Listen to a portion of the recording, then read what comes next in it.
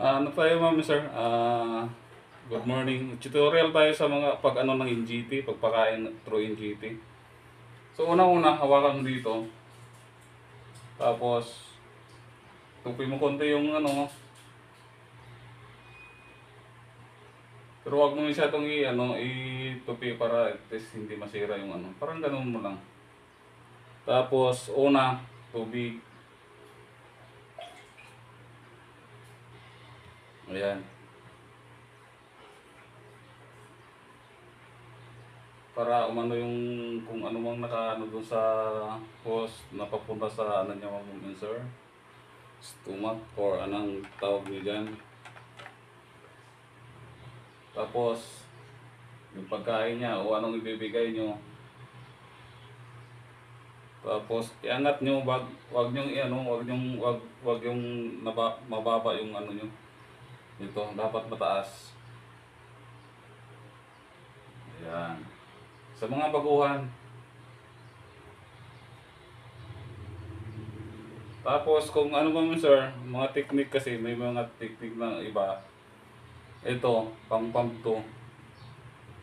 Kung medyo mabagal yung ano, pagbaba ng pagkain, ito po yung gagamitin nyo. Lagay nyo sa ibabaw. Tapos, ipisilin nyo lang. Ayan, kusang ano na yan, bababa na siya. Kaya matagal yan ano ma'am sir. Kasi yung binigay natin ng pagkain, may gatas, at saka yung na-blend natin ng pagkain niya. Kanin, kalabasa, at saka itlog. Tapos yan lang, paulit-ulit mo lang gagawin. Iangat mo konti yung ano, yung sa maliit mo na daliri ng kamay mo, yun ang pang ano mo lang. Tapos itaas mo para hindi bababa agad. Tapos yan, ilagay mo uli. Pero paglagay mo, dapat ibaba mo lang para at least hindi ka rin mahirapan. Tapos pag nalagyan mo na yung ano, i-release mo to. Masaya kung alalayan mo ng isang kamay mo o iba, sariling ano lang kung sanay ka na. Ayan lang.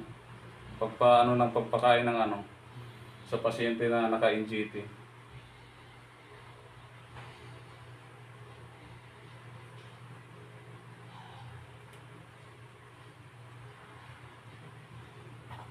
Yan lang po ma'am sir. Maraming salamat po.